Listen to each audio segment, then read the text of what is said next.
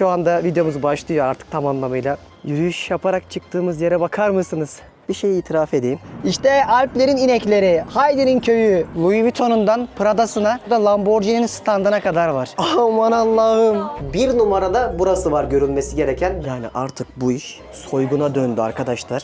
Yani bir çim, bir tabiat bu kadar simetrik olamaz. Çizilmiş bir yere geldik. Ben sana buraya gelmeyelim dedim. Bütün takıyı yedik. Sizlere iyi seyirler. Bize de rüya gibi bir İtalya'nın Dolomitler bölgesi gezisi olsun. Başlıyoruz. Mosaic Apartments ve Montebello Villa sunar.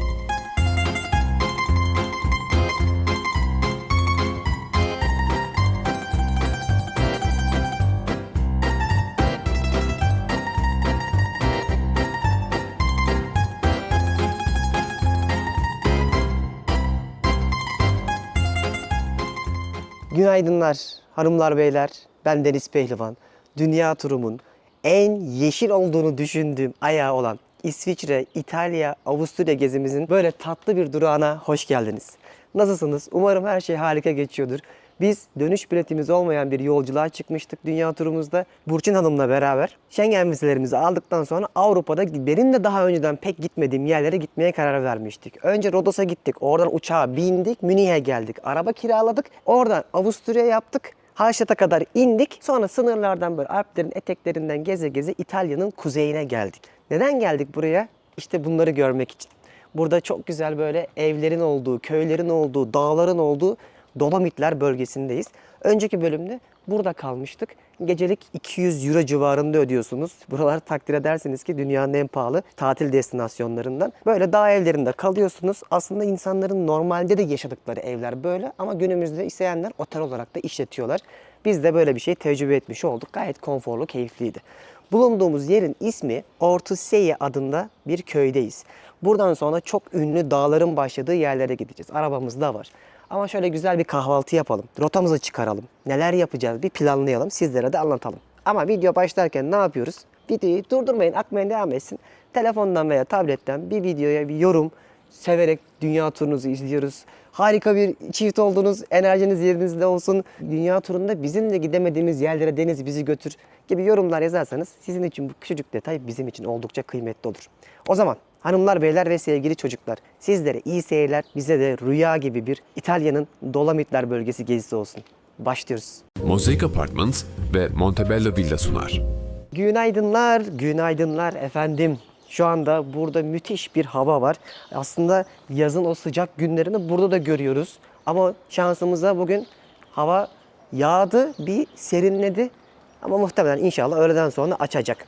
Şimdi yürüyerek o kadar güzel böyle köylerin içinden geziyorsunuz. O kadar güzel yerler görüyorsunuz ki arkadaşlar. Hani arabamızı park etmiştik otelin oraya, yürümeyi tercih ettik.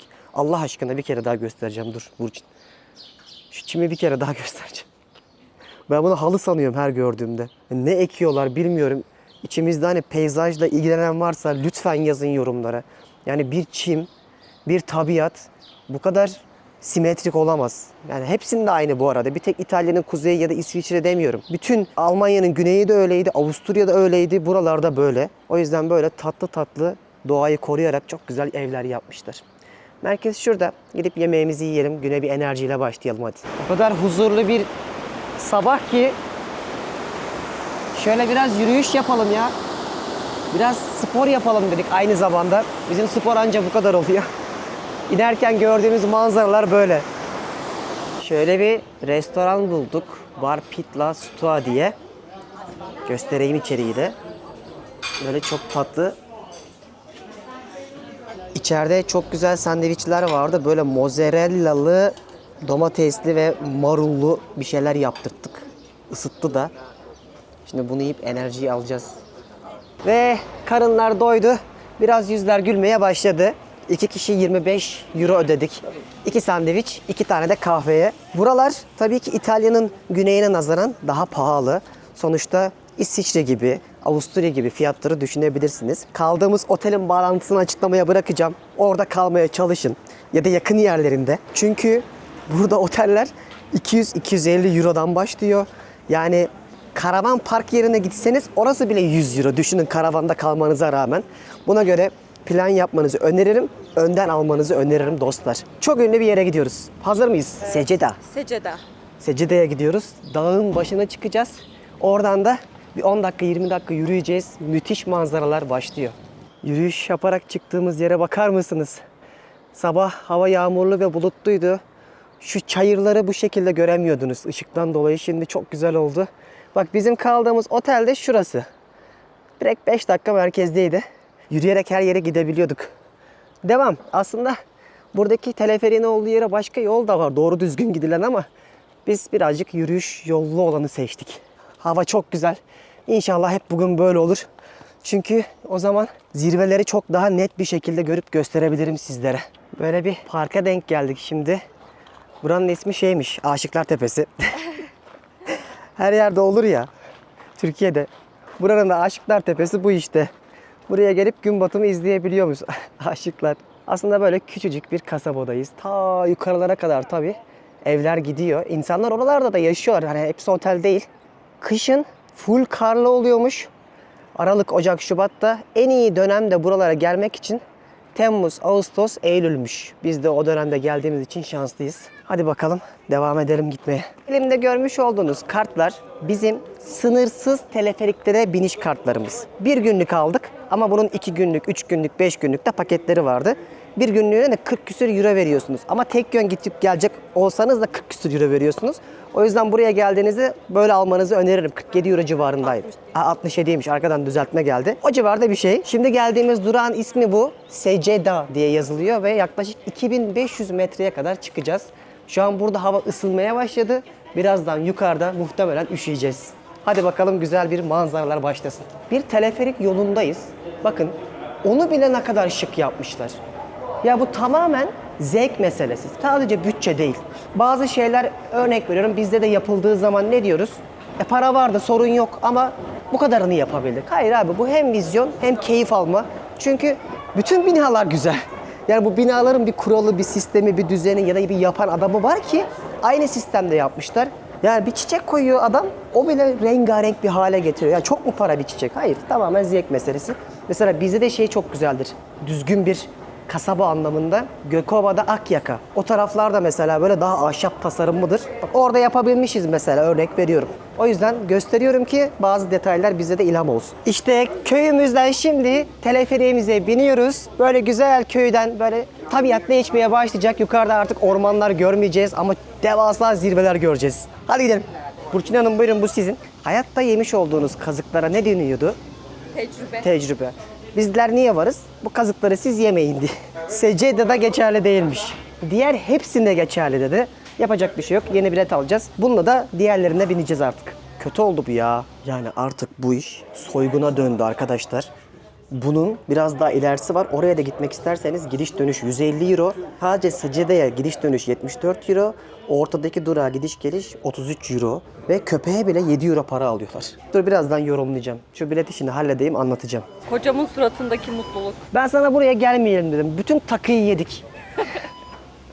148 euro verdim şuna ya, gidiş dönüş. Normalde arada da istasyon vardı. Orada hiçbir şey yok ki dediler. Ya 148 euro verilir. Verilmese değil yani, önemli değil. Ama bu artık şey ya, hani adam silkeleme ya. İtalya'dayız biz, varıp da İsviçre'de en önemli noktaya gitmiyoruz ki. Vallahi Türkiye ucuz ya yabancılara. Gerçekten bak, hiç pahalı mal değil. Bu sene kesinlikle kur olarak baktığımızda biz Fethiye'de yaşıyoruz. Çalış'ta vallahi fiyatlar gayet iyi. Öldeniz'de de iyi. Ben artık bu konuda net tavrımı söylüyorum. Türkiye tatil için bu sene bence uygun yerlerden bir tanesi. Hele bunları gördükten sonra hiç kıyaslamam bile. Neyse, şeyim geçti, öfkem geçti. Sakinleşebiliriz. Evet arkadaşlar, şu anda videomuz başlıyor artık tam anlamıyla. Bir beğeni, bir yorum. Dilenci değiliz. Teleferiğin parası çıksın yeter. Hadi gel, gidiyoruz. Bu saatten sonra tramvaya binmişim, fünikülere binmişim, teleferiğe binmişim. Nasıl keyif alayım ben? Çok canım sık. Hadi başladık. Allah. Ağıtlar yakasım var işte. Ya biz Vietnam'da 10 dolara dağın nerelerinde çıkıyorduk. Avrupa mahvedecek bizi böyle giderse. Gel bakalım. Şöyle manzaralar başladı. 2 aktarma yapacağız. Bakın burada gösterelim. Öyle bir teleferik sistemi kurmuşlar ki diyorlar ki biz Dolomitlerin en iyi kayak yapılacak tesislerine sahibiz diyorlar. Tek bir örnekle göstermek istiyorum dostlarım. Bu arada şaka yapıyorum yani para pul kazanılır. Önemli olan kazıklanmamak. Şu kırmızı çizgilerin hepsi teleferik. Bak bunların hepsine binebiliyoruz. Bu hariç. İçinden elemeniz lazım. Hepsine binemezsiniz. Haftalar yetmez çünkü. Çok fazla nokta var bu şekilde. Dağların her yerine teleferiklerle bağlamışlar. En azından cam açık. Hem hava alarak gidiyoruz hem de siz izleyebilirsiniz. Şimdi artık yerleşim bitmeye başlayacak. Birazdan şöyle o ağaç olmayan dağları görmeye başlayacağız bakalım. Dedikleri kadar ki ChatGPT'ye de sorduk. Bir numarada burası var görülmesi gereken. Ben de daha önce çıkmamıştım. Nasıl çıkayım? Durumu gördünüz zaten. Şimdi balayı ayağına çıkmış olduk. Hadi bakalım. Bir yerlerden şelale sesleri de geliyor. Böyle ormanların üstünden manzaranın keyfini çıkararak gidiyoruz. Bak ben bunu diyorum. Şu an ne kadar eğimi görüyor musunuz tepelerdeki? Burada mesela buraları neyle kesiyorlar? Yani araba gelse yıkılır. O derecede bir eğim var aslında. Köylerin bütün önündeki düzen bile bu şekilde. Yine de bunu tecrübe etmek çok keyifliymiş ya. Sanki buraya kaçak inşaat yapılmış. Tabii canım burada düzen var sadece ama bildiğim kadarıyla birçok insan istediği yere, arazisine evini yapabiliyor. Ama bu şekilde yapıyor.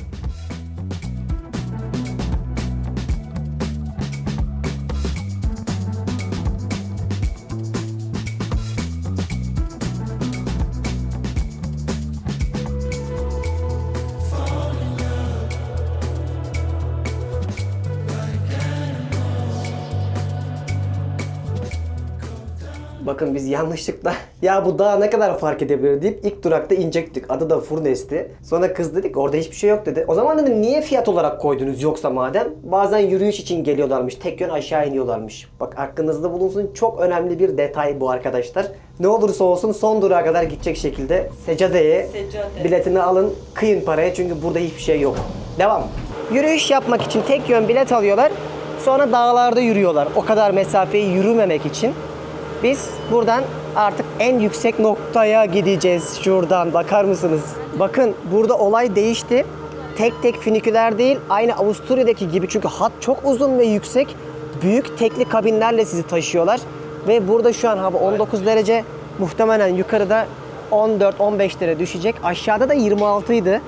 Başlasın bakalım. Bizimki de geliyor. Teleferiğimiz geldi. Burayı Asya'da nasıl pazarlamışlar bilmiyorum ama o kadar çok Koreli ve Çinli var ki sıraya giriyorlar. Helal olsun, bu fiyatlara rağmen milleti sıraya sokmuşlar. İşte manzaralar başladı. Daha da yukarıya çıkarken yemyeşil bir bitki örtüsü görüyoruz. Yani o kadar güzel ki bazen yolda arabayla giderken de hep bunu konuşuyorduk Burçin'le. Nereye bakacağınızı şaşırıyorsunuz. Dağlara, köylere, zirvelere. Şimdi onun içindeyiz. Bakalım neler olacak. İlk izlenimlerimiz müthiş.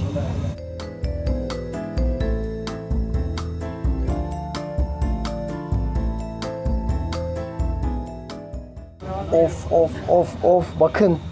O hep gördüğümüz dik zirvelerin olduğu dağların şimdi tam olarak üstüne çıktık. Vay vay vay. O kadar güzel de bir hava var ki şu anda.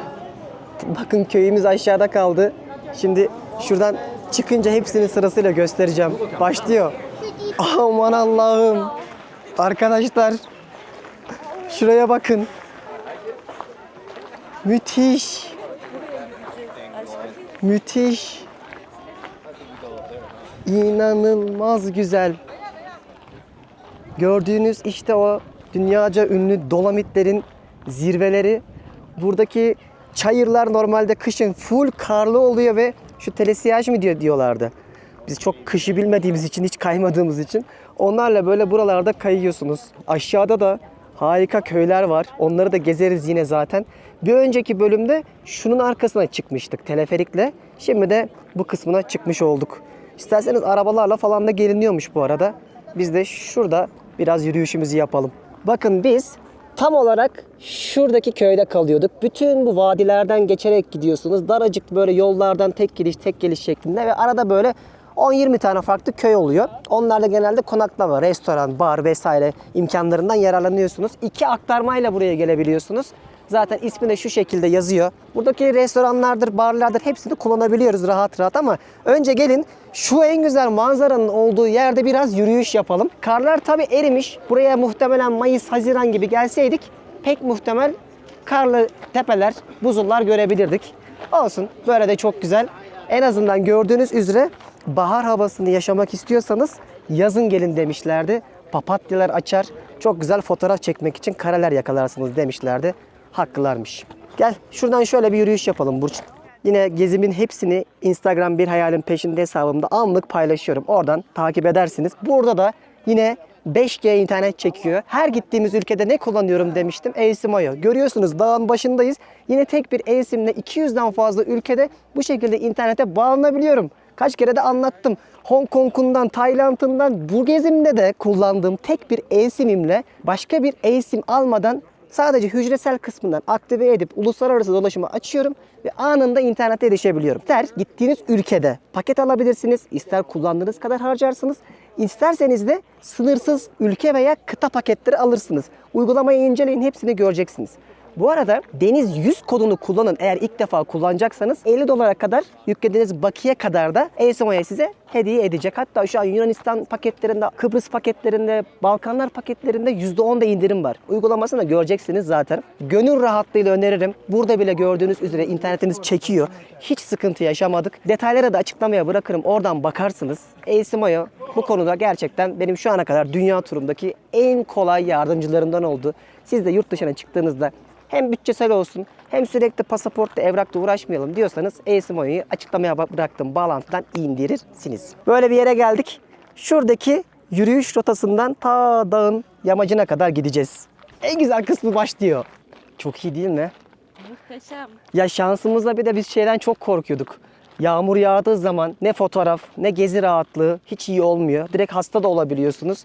Sabah bildiğiniz burada sel aldı ortalığı ama sonra böyle oldu, şükürler olsun. Ama Allah sesimizi duydu. genellikle hava hep böyle oluyor. Evet. Sabahtan kapalı oluyor, sonradan tekrardan açılıyor. Geçen sene biz Norveç gezisine gitmiştik Serkan abiyle. Bir gün güneş görmemiştik mesela. Ya dönem, mevsim çok önemli burada. Şey sanabilirsiniz mesela. Ya Ağustos'ta gidelim, örnek veriyorum Norveç'e. Hava günlük güneşlik olur. Nasıl olur ki diye asla düşünmeyin. Mevsimlerin düzenliliği konusunda bizimki gibi değil Avrupa. Yani Ağustos'a kanarsanız sel alır. Kar yağar ya bazı yerlerine.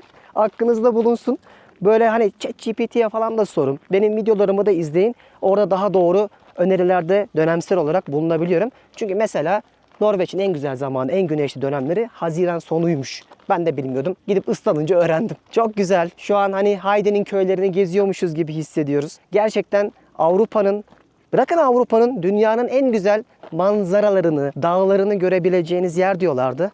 Haklılarmış sanki ha. Ya bildiğiniz dağ değil mi? Tabiat. Yani herkesin gayet girip rahatça, pek de meşakkatli bir şekilde zahmete girmeden bakıp çıkacağı bir yer. Yani öyle bir tesisleşme de yok. 5 euro şurada yürümek. Yani dedik ki madem bu kadar geldik başlarız 5 eurosunu da ama bunu bile paraya dökmüşler. Ya geçen gün çok ünlü bir tane o Funes Vadisi var ya, oraya gittik. Önceki bölümde izleyin. Orada bir tane kilise var. Kilisenin olduğu yerde fotoğraf çektirmek de 5 euro. Artık hani böyle turiste doymuşlar. Zaten İtalya dünyada en çok turist gelen 3 ülkeden bir tanesi. Hani Roma'da ne değişiklik var bilmiyorum. Ama burada yani tamamen tabiatta bile bir şekilde 5 euro 10 euro sizden almaya başarmışlar. Buna artık doymuş turizm deniyor.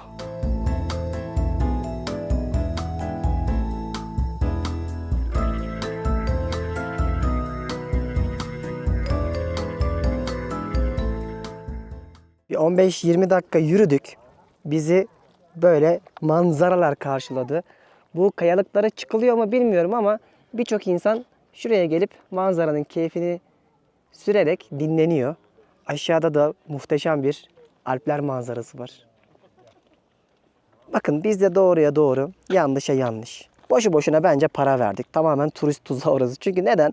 Böyle büyük kadim dağlar yakından çok güzel görünmüyor. Uzaktan daha güzel görüyor. O heybetini daha iyi görebiliyorsunuz. Şimdi de bak ne güzel bulutlar zirveleri sarmalamaya başladı. Çok ama çok daha güzel bir manzara oldu. Bir gün buraya gelirseniz hiç de oraya gitmeye gerek yokmuş. Devam.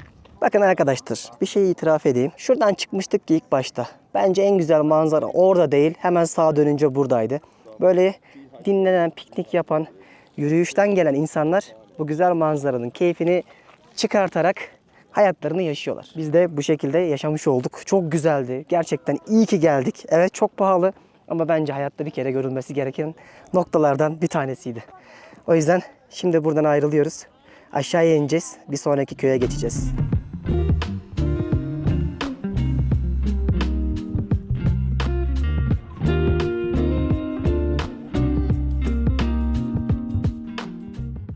İki buçuk saatlik geziden sonra tabii acıktık. Öğlen yemeği yemeye gidiyoruz. Burada genelde birçok restoran öğlen kapalı oluyor. Mesela 2-2.30 gibi kapatıyorlar. 5'e kadar yer bulamıyorsunuz. Hazır bulmuşken bir yerde yemeğimizi yiyeceğiz. Bu arada bu bileti Burçin Fethiye Müzesi'ne bağışlamak istiyor. 170 euro verdiğimiz için diyerekten artık hadi bir enerjiyi alalım. Daha gideceğimiz bir dünya çünkü köy ve kasaba olacak. Arabayla yolculuk yaparak böyle beğendiklerimizde dururuz.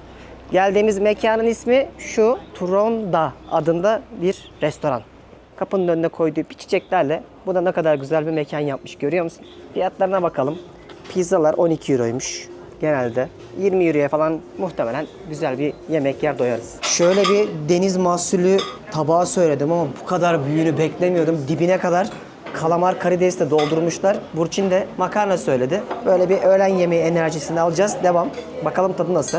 Şöyle kalamarlar. Ya İtalya'da mesela aynı denizi paylaşıyoruz. Her yer balık. Her yer deniz. Hatta biraz sonra size bir tane market göstereyim. Marketteki fiyatları görünce de bana hak vereceksiniz. Bizde niye bazı ürünler mesela böyle kalamar gibi, karides gibi pahalı, anlamış değilim. Gayet güzel. Afiyet olsun. Yemeğimizi yedik. Yaklaşık 60 euro civarında bir para ödedik. Şimdi markete geldik. Gelmişken size biraz detay göstereyim.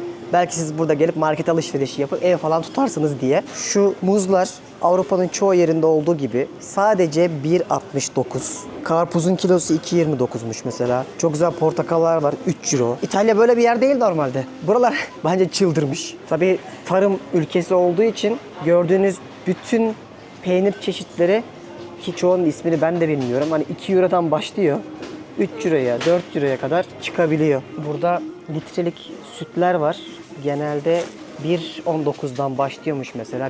1,49'a kadar gidiyor. Envai çeşit makarna var. Ama örnek birkaç tanesini göstereyim. Mesela şunlar 0,77'ymiş. Şu Barilla'nınkiler 0,95'miş paketi. Burada farklı makarna markalarını görüyorsunuz. Onlar da genelde 1 euro civarında. Bakın bunu demiştim.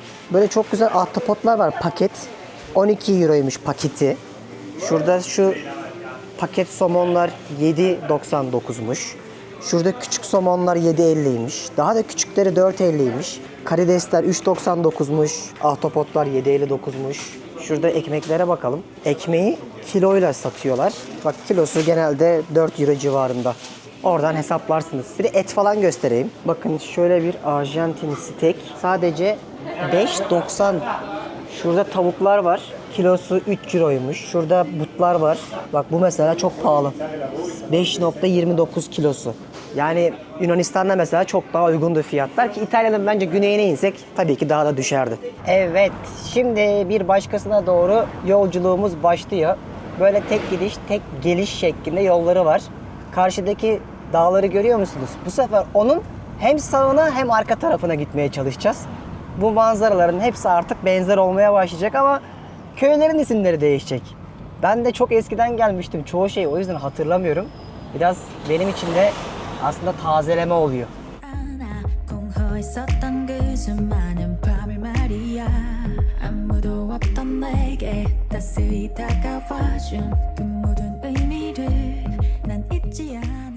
Şimdi iyice yaklaşmaya başladık. Bir 8-10 kilometre yol yapacağız. İşte o sağ taraftaki Dolomitlerin meşhur zirvelerinden bir tanesi de selamı çaktı bize, tabiri caizse. Uzaktan da görüntüsü çok güzeldi ama yaklaştıkça heybetini anlıyoruz. Şimdi dağın arkasına geçince daha da güzel görünür. Şimdi o az önce gösterdiğim dağın altındaki tünelden geçiyoruz.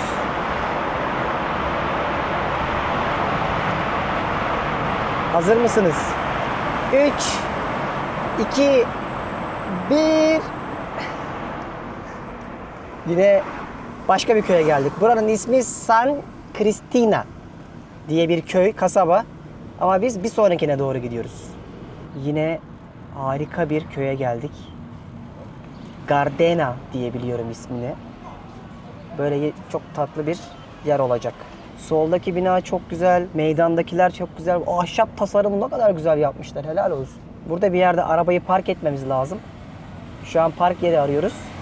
Sonra yine teleferiklerden bir tanesiyle bu zirveyi görmeye gideceğiz bu sefer. Bak şurada var bir tane teleferik. Evet, ona gidelim hadi. Şimdi dostlar, demiştim ya bütün bu dağlarda geçerli asıl pestlerimiz var. Deneyelim bakalım geçerli olacak mı? Şu mail olan benimki. Bir. Çok büyük bir turizm konusunda yanlış yaptılar. Bakın saat kaç? 3'ü 50 geçiyor değil mi? Ben size dün ne demiştim? 5 civarı bileti almıştık bir önceki bölümde. Bana orada 24 saat geçerli dediler. Neden? Ben aptal mıyım?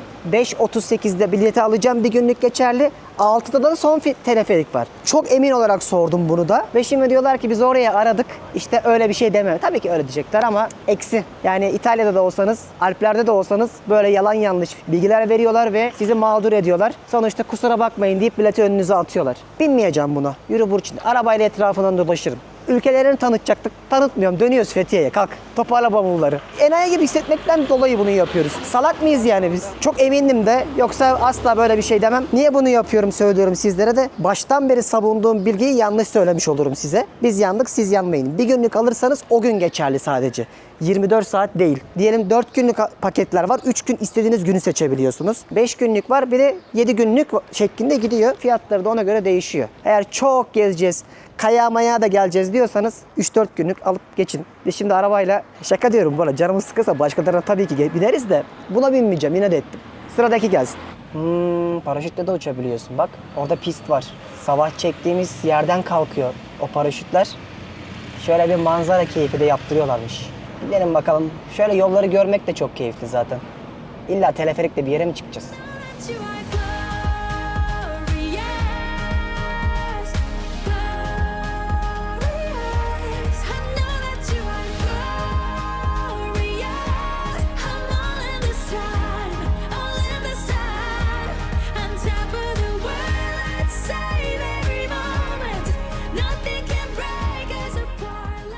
Şöyle bir yere geldik. Plan de Gralba adında.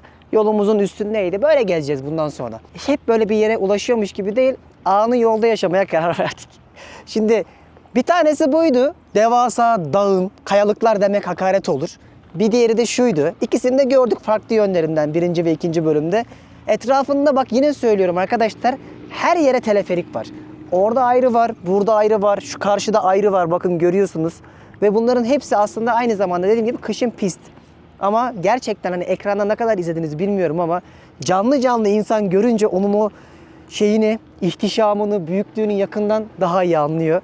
Biraz burada yürüyüş yapıp fotoğraf çekip Instagram bir ayağının peşinde de takip ederseniz orada paylaşacağız. Şu anda nasıl akıyorsa artık hani oraya su mu eriyor, kaynaklar mı var? Muhteşem bir şelale manzarası gördük. Arkaya giderken de burada ünlü bir geçit var. Gardena geçti diye. Oraya doğru gidiyoruz. Abi bu hız ne ya? Hiç korkmuyorsunuz mu? Bak viraja nasıl giriyor mesela. Önünden de araba geldi ya. Of sol tarafa bak Burçin. Çizilmiş bir yere geldik. Gerçek değilmiş. İnanılmaz arkadaşlar, inanılmaz. Gerçekten muazzam yerler görüyoruz şu anda. Yani sıfatlar resmen artık tükendi. Güzel, muhteşem, harika, şahane demekten bir hal aldık.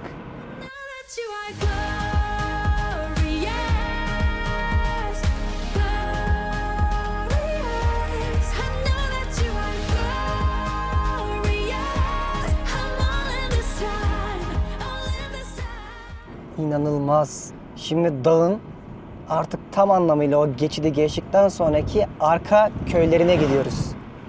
Arabayı şöyle bir yere park ettik. Yani bu manzarayı kendiniz yorumlarsınız. Şöyle yollardan gidiyoruz.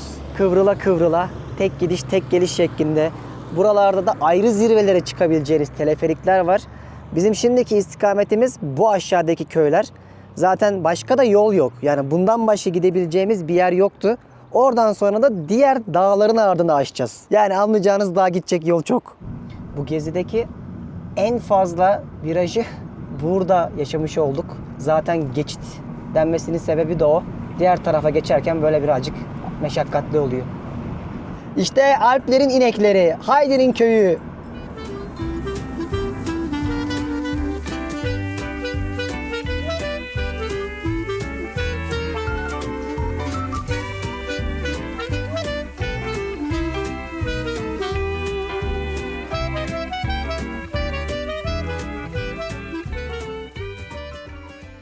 Dağları aşağı aşağı 1,5 saattir yaklaşık olarak yollardayız. Böyle bir yere arabayı park ettik.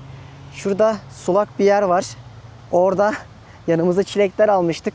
Biraz mola verip çilek yiyeceğiz bu dolamitlerde. Sesini duyuyorsunuz zaten. Nasıl? He? Burası şelale. Şelale mi? Vay! Burçin çok yaklaşma. Her yerden böyle sular akıyor. Buzlar eridikçe kaynak suları bir anda böyle şelalelere dönüşüyor. Madem aşağı inemedik, bununla yıkayıvereceğiz. Şöyle yapalım. Sen gel Fethiye'lerden, İtalya'nın Dolomitlerinde böyle doğanın içinde geze geze çilek yiyecek yer bul. Mis gibi havanın keyfini çıkart. Yani şurada da bambaşka dağlar başladı sıralı olarak. Bakın arkada başka dağlar var. Yani ilk gördüğümüz yer en turistik yerde. Bundan sonrakiler biraz daha sakin olacak. Trafikten de anlıyorsunuz zaten. Ve yine böyle inanılmaz güzel zirveler göreceğiz. Tabii ki köylerde. Nasıl? Harika. Devam. Şu anda geldiğimiz köyün adı bu. Cortina de Ampezzo. 2 saatlik yolculuk sonrasında artık bu bölgenin tam kalbine geldik diyebilirim. Ve direkt şöyle bir otel tuttuk caddenin üstünde. Bu arada bir şey itiraf edeyim arkadaşlar. Benim dünya turlarında gittiğim en pahalı gezim bu oldu diyebilirim. Yani 200 eurolardan aşağı otel yok. Her yer tıklım tıklım. Kasabalardaki küçük böyle dışarıdan bile baksanız 170-180 euro. Ki bazılarında otopark da dahil değil. O yüzden aklınızda bulunsun. Olur da bir gün buralara gelirseniz ciddi paralar harcarsınız. Biz Allah'tan 5 günlük geldik buraya. O yüzden daha fazla kalmayı da düşünmüyoruz. Ama gelin size ben bir odayı da göstereyim hadi. Böyle otellere bakarken birçok yer oldukça eski tasarımdaydı. Böyle renove edilmemişti. Biz de yine konum olarak güzel tuttuğumuzu düşündüğümüz bir odamız olsun. En azından hani yürüyerek birçok yere gidelim dedik. Burada böyle 2 kişilik yatağımız var. Şurada hiç böyle bir tasarımın olduğu daha önce bir duş tuvaleti görmedim. Bize ait duş tuvaletimiz var. Buradan balkona çıktığımızda Burçin Hanım bu dağların keyfini sürmeye başlamış. İşte yarın yani bir sonraki bölümde hem birkaç daha böyle çıkacağız hem de bunların arkasında çok güzel göller var. Onları göreceğiz. Şurası trafiğe kapalı cadde. Buradan direkt yürüyerek her yere zaten gidiliyormuş. Hadi akşam yemeği saati geldi. Kendimizi sokaklara attık ve yağmur başladı. Hafiften çiseliyor. Bir şey de söylemek istiyorum. Mesela Hallstatt'ta çok fazla Türk gördük. Ya da İtalya'nın güneyine gittiğinizde yani Puglia'ya da dahil olmak üzere Roma'sından, Floransa'sından, Venedik'ten her yerde Türk çok görebilirsiniz. Ama sanırım bizler ya doğu odaklı geziler planlamıyoruz İtalya özelinde ya da buraların varlığından haberdar değiliz. 2 sebep olabilir diye düşünüyorum. Çünkü Avrupa'da da iyi gezen Türk kitlemiz var. Böyle bir notu da söylemek istedim. Neredeyse hiç görmedik. Bir tek dün gördük. O abi de bayağı gezgin bir abiymiş. Buraları çok seviyormuş. O kadar. Burada yapacak çok bir şey yok. Akşam böyle biraz merkeze dolanacağız kasabanın. Sonra da yemek falan yeriz. Bir enerjiyi toparlarız derken Prada var. Burada Prada'nın ne işi var? Bu arada hiç Starbucks falan göremiyorsunuz. Çünkü İtalyanlar sokmadılar Starbucks'ı İtalya'ya.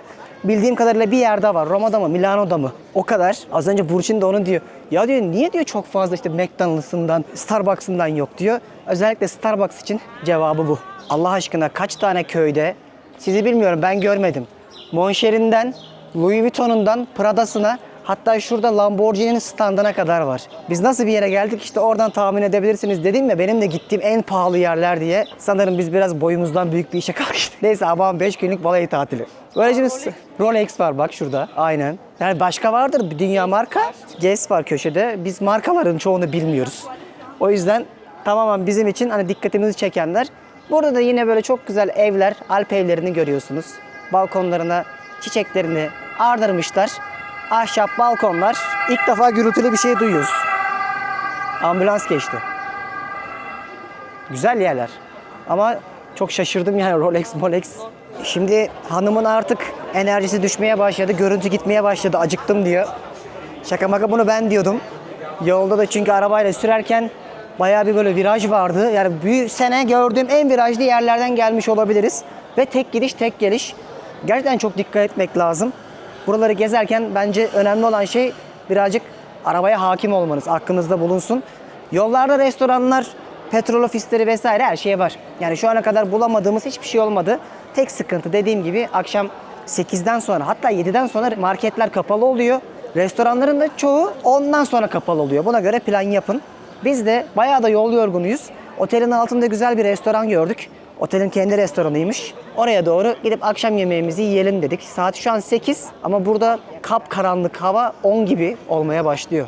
Of, restoranımız burası. Şöyle bir girelim size de göstereyim. Çok güzel bir dolap gördük çünkü. Zaten biz de burada kalıyoruz. İyi denk geldi. Çok güzeldi ya. Burçin ışık görmüş tavşan oldu bir anda. Baksanıza. Genelde de 100 gramı 13 ila 18 euro. Tomahawk'ların da 100 gramı 15 euroymuş. Afiyet olsun. Bize 75'er gram lütfen. Teşekkürler. Hadi yemeğimizi de burada yiyelim. Size bir şey itiraf edeyim. İtalya öyle çok zengin bir yer değil. Örnek veriyorum. Güneyine gittiniz. Napoli taraflarına. Her an soyulabilirsiniz kapkaçta mesela. Ya da bu insanlar aylık 10.000 euro kazanmıyorlar. Buralar gerçekten turistik ve zengin muhitler. Ve şu anda yoğun bir dönemde geldik. Ve bu geldiğimiz restoran 1892'den beri ayaktaymış. İlginç olan bir şey göstermek istiyorum. Şöyle şaraplar var. 700 euro şişesi. Tabii ki bakın kadehi 15'e de var. Şişesi 45'e de var. 1100'e de var. Yani böyle çılgın fiyatları da görebiliyorsunuz buralarda. Şimdi 700-800 gramlık bir et söyledik. Afiyetle artık günün yorgunluğunu açacağımız yemeğimiz gelecek. Şöyle etler geldi. Bakın hemen bir parçasını tadarak size de göstermek istiyorum. Bayağı güzel görünüyor. Buranın etiymiş. O yüzden bunu önerdiler. Çok ilginç bir aroması var ama harika. Afiyet olsun Burçin Hanım. Yemek çok güzeldi. Tabii yine kallavi bir hesap ödedik. Gerçekten benim dünyada gittiğim en pahalı yer burası olabilir. Yani Norveç'te bile bu kadar para harcamıyorsunuz. Keza Japonya'sı da Kore'si ne kadar gösterdim. Onlarda bile bu paraları harcamazsınız. Bir daha da gelmeyiz muhtemelen. En azından siz gelmeyecekseniz bile böyle yerleri ekranlarınızın başında izleyip mutlu olup haberdar olduysanız ne mutlu bana. Bizler bu tecrübeleri yaşadıkça sizlerle de paylaşacağız. Akşam saat 9 civarı bakın. Daha karanlık olmadı ama biz yavaştan hazırlanacağız, yarının planını yapacağız derken böyle bir dinlenmek istiyoruz. O yüzden izlediğiniz için teşekkürler. Buralara dair umarım güzel bir rehber hazırlamışızdır. Detayları açıklamaya bırakacağım. Oradan bakın. Çünkü orada da gittiğimiz konum hepsini isim bırakıyor olurum. Belki bugün buralara gelirseniz size de rehber olur. Hadi bakalım. Bir sonraki bölümde buraların daha da arkasında neler varmış birlikte göreceğiz. Hoşçakalın. Mosaic Apartments ve Montebello Villas sundu.